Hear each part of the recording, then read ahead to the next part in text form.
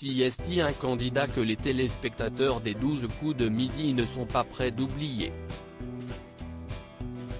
Paul Elrarat avait marqué les esprits en devenant le troisième plus grand champion de l'histoire du jeu de Jean-Luc Reichmann. Le jeune homme était reparti avec 522 € de gains après avoir cumulé pas moins de 152 victoires.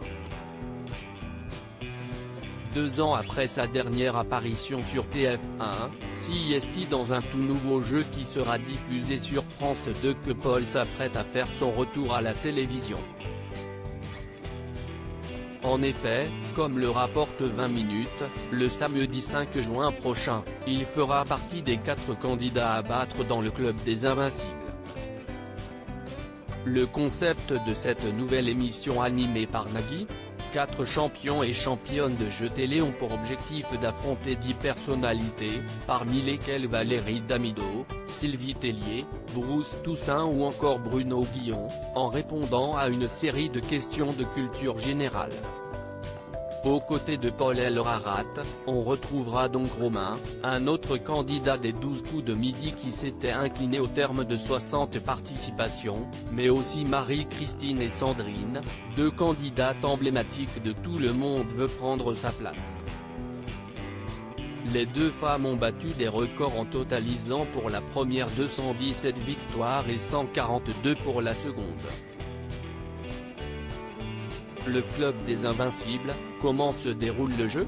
Le jeu inédit de la 2 se déroulera en 5 manches. Pendant les 3 premières, ce sont uniquement les 10 personnalités qui s'affronteront entre elles. À l'issue de chacune de ces 3 sessions, seule la personnalité qui aura été la meilleure se qualifiera pour faire face au club.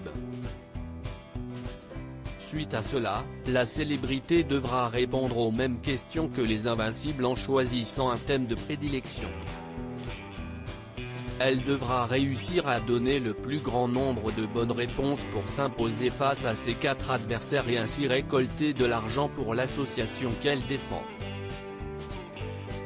En fin d'émission, les 3 personnalités feront enfin équipe pour tenter de détrôner les 4 champions et championnes.